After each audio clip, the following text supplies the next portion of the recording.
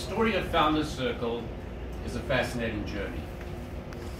It takes us from Muskoka to Japan, to Toronto, to Boulder, Colorado, to Montreal, to Nairobi, to Ord, Nebraska, Culver City, California, and then back to Muskoka. And finishes with a challenge which I will present to you today.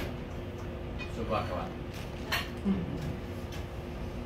Once upon a time, in the winter of 2014, I was talking to Graham Porter about the ways we could help grow Muskoka and the town of Gravenhurst at the time.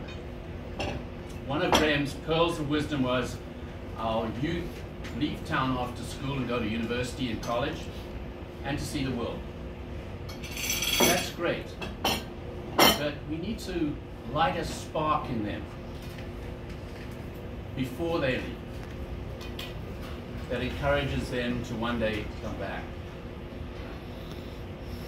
Graham loved his childhood in Gravenhurst, but like many others before him, he went out west to see the world. After 10 years, living at the time in Toronto with his software company called Thumbprint Educational Software, he found the crowds, the traffic, the 3 a.m. sirens eventually became too much. And he missed the peaceful, relaxed, friendly lifestyle of Muskoka. So he moved back. One of the first projects we worked on together was to set up the network. This is in 2015. The network is a Gravenhurst-based non-profit with a co-working space, a 3D printer, and a mission to support people and businesses with the aim of improving the community.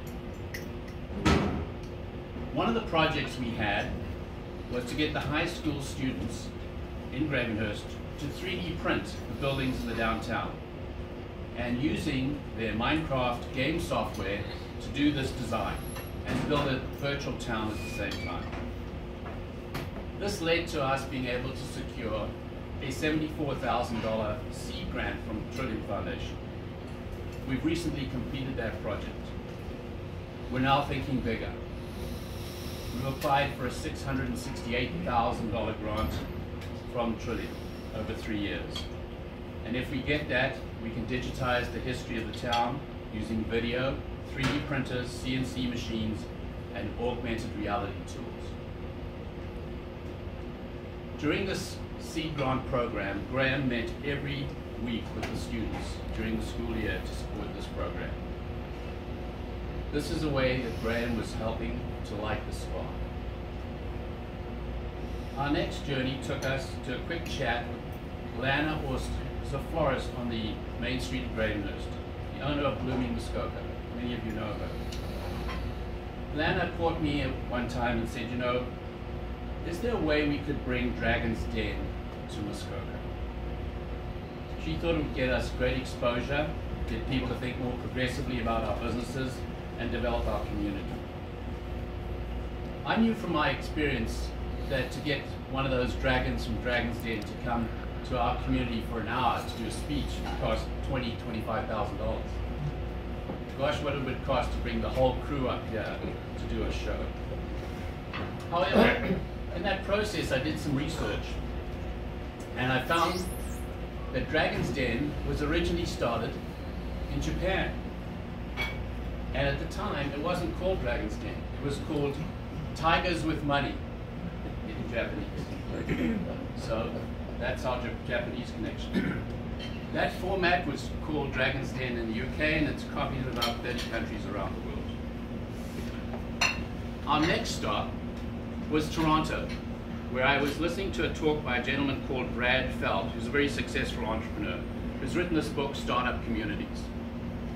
And he talks a lot about Boulder, Colorado. Boulder, Colorado is a city with 100,000 people, which, interestingly enough, is roughly the same number of people we have in the riding of Parry Sound, Muskoka. Now, in Boulder, Colorado, they're known as an entrepreneurial community, and they can point to over $300 million a year in venture capital to startups in their community, a community with 100,000. The only person I have heard of getting venture capital in Muskoka was ShareTex, our 2019 Founders Circle winner, who raised a Series A $10 million fund, and then she moved to Montreal. So that's our Montreal connection.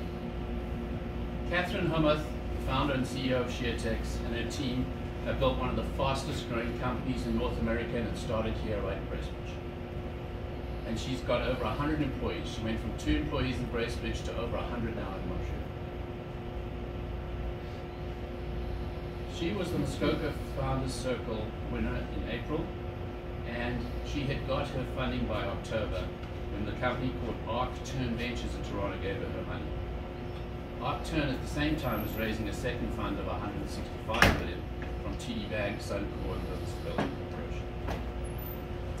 Going back to 2014 when I was searching online, I found a very interesting report. It's a 90-page report. I only brought a couple of pages of it.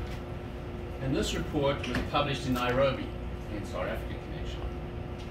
This 90-page report had 30 case studies of entrepreneurship in small towns in the USA that the rest of the world could learn from.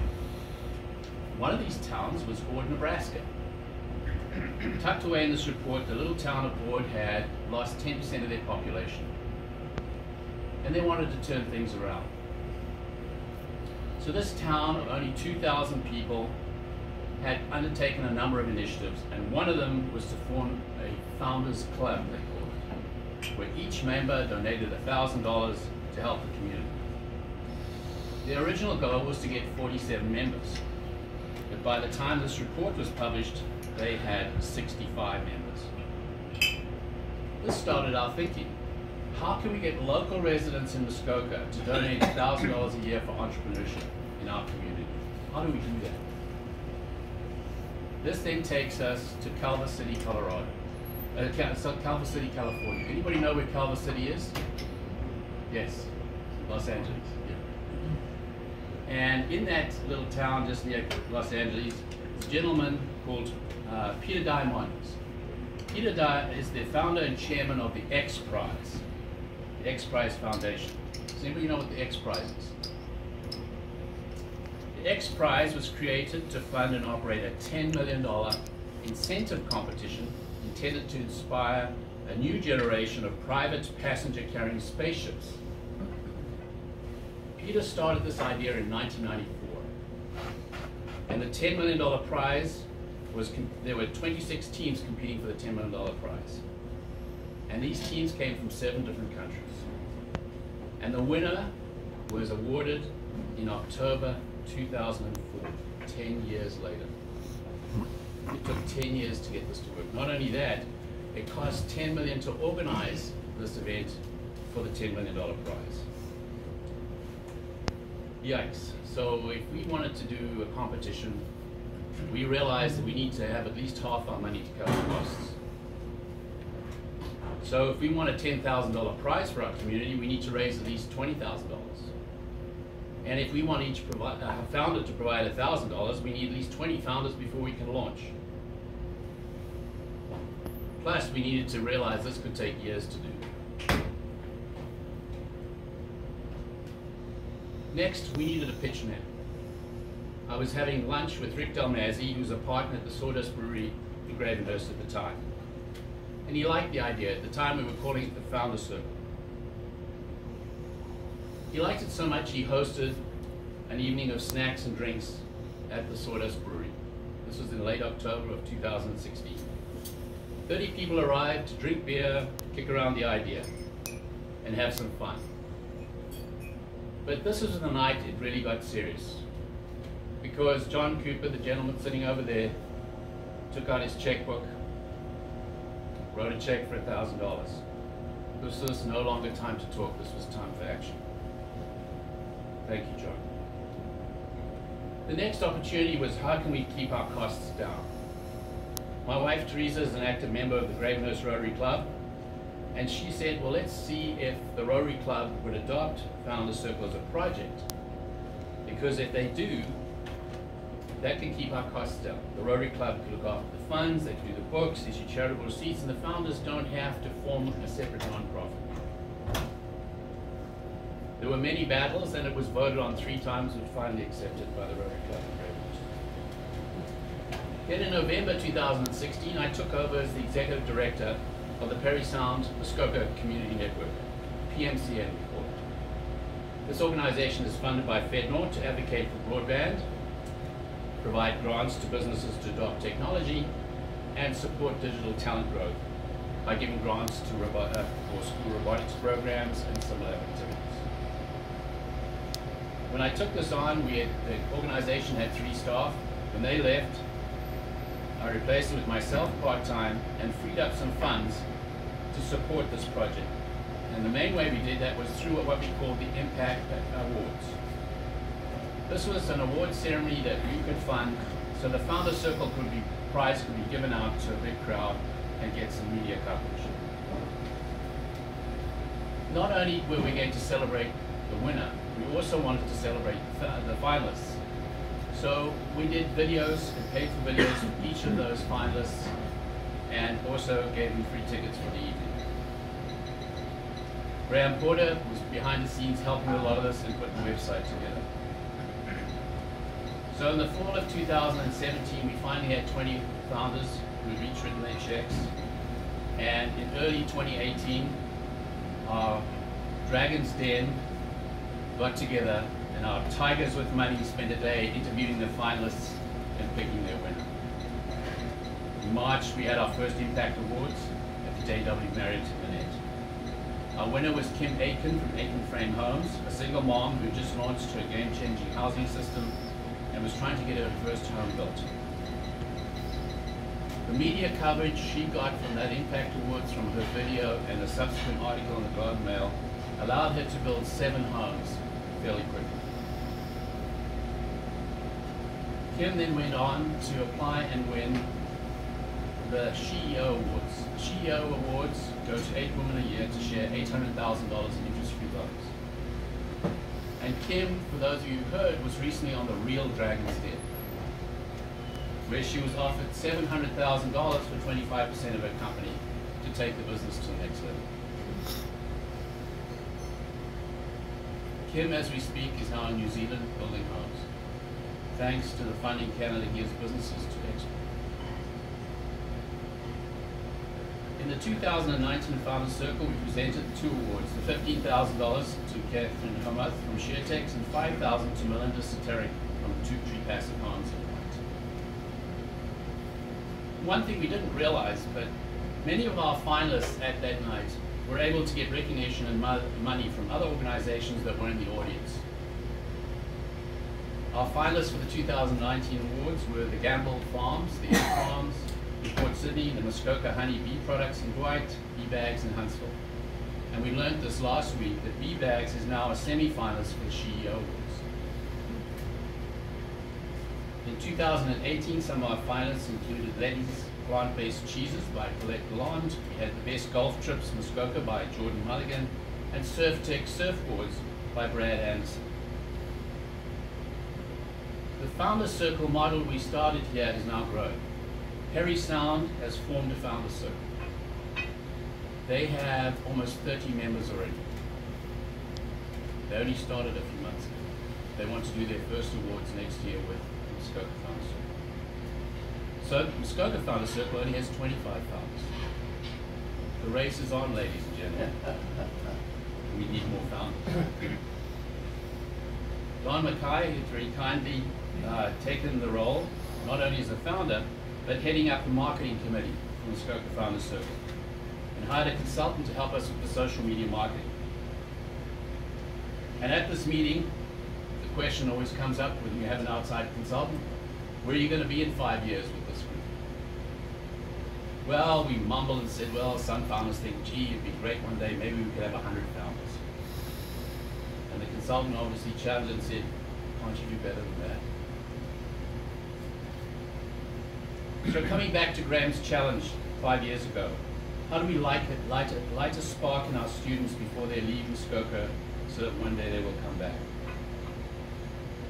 So ladies and gentlemen, here's the challenge.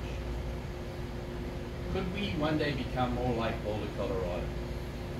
Be recognized as an entrepreneurial community? Given what we have achieved so far, do you think we could match the generosity of the small town of Ward?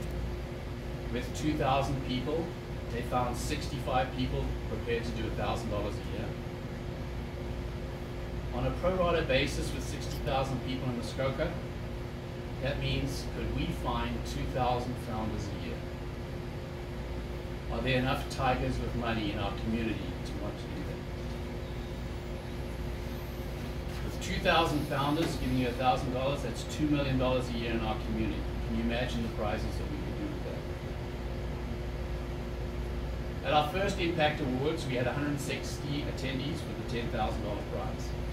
That journey took us 4 years. When Peter Diamandis gave his speech at the award of his first X Prize, after 10 years of effort, his opening comments were, if I had $1 billion, he told the assembled audience of 300 people who'd paid US $1,800 for dinner for that first ever X Prize, I'd create 10 $100 million prizes. We didn't have such dramatic speeches at our Impact Awards. We had a lot of humor because Mike was our MC and did an amazing job. Thank you, Mike. However, we hope our 2020 awards, which will next year be on April the 23rd, please mark the date, at the JW Marriott in Manette. We would like to be even more successful. We want to attract more than the 200 people we had last year. And the cost per head, gentlemen and ladies, is Canadian $85, not US $1,800. Humble beginnings for our region that we've achieved with Founders Circle could not have been possible without your Rotary Club and several members of your audience, including people like Susan, who spent many hours not only looking after your money, but vetting applicants, the 30 applicants we get a year, helping to pick our finalists and winners. So, ladies and gentlemen, thank you.